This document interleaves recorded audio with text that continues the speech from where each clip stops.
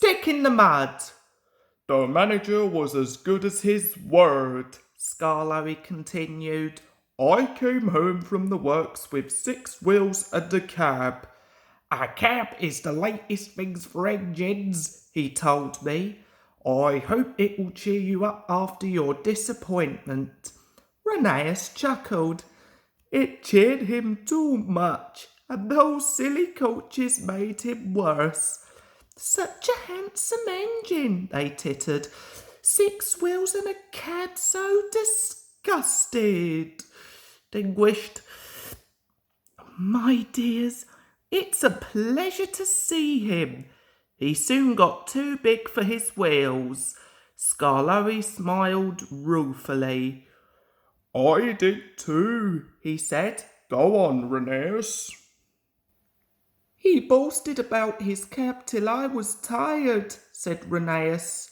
You should get one like me and be up to date, he would say. No, thank you. You look like a snail with that house on your back. You don't go much faster either. Slow, am I? Let me tell you. Who was late 3 times last week?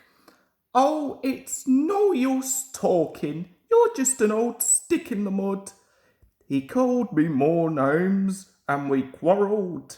We ended up back to back, not speaking. It went on for days and days. One dark morning, Scarlowy had to take the workman's train to the quarry. It had rained for 3 days. You always pick on me for wet days, he complained. You, said Mr. Bobby, have got a cab to keep us dry. Come on. Scarlowy slipped and snorted on the damp rails. He began to wonder if cabs were worth it. An hour later, I was warming up with Scarlowy's guard came coasting down in an empty truck. He stopped by our shed. There's a landslide beyond the tunnel, he said. Scarlowy's run into it. He's stuck. Show a wheel, Rheneas. Look lively. I'm sorry, Mr. Peter, sir, but that Scarlowy's too swanky. He says I'm a stick in the mud. He can jolly well stick in the mud himself. It serves him right. But, went on my driver, there's poor Mr. Bobby and the quarrymen. Does it serve them right too? The guard says the mud's like treacle. Oh dear, I said. That will never do. We must save them before they get sucked in.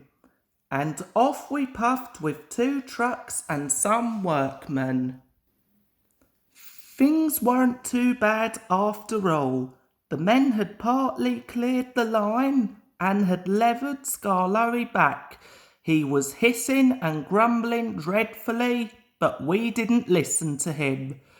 We cleared the rest of the line and I pushed Scarlowy out of the way before taking the quarrymen to work. Mr. Bobby cleaned and oiled his wheels and motioned so that when I returned with the coaches, I could help him back to the shed. I'm sorry I was swanky, he said at last.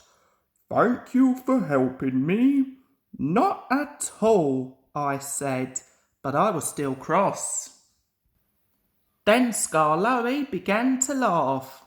I'm the stick in the mud after all, he gurgled helplessly. Not you. I laughed too. I couldn't help it. He looked so funny. We were laughing when the cleaners came. We were still laughing when they left. Poor engines, they said, tapping their foreheads. But we weren't mad. We'd learned sense, and we've been firm friends ever since. It was nearly dark. The listeners stirred and stretched. Thank you, Scarlowy and Rheneas, they said. Now you've told us about the old days. we can give you both a splendid birthday next week.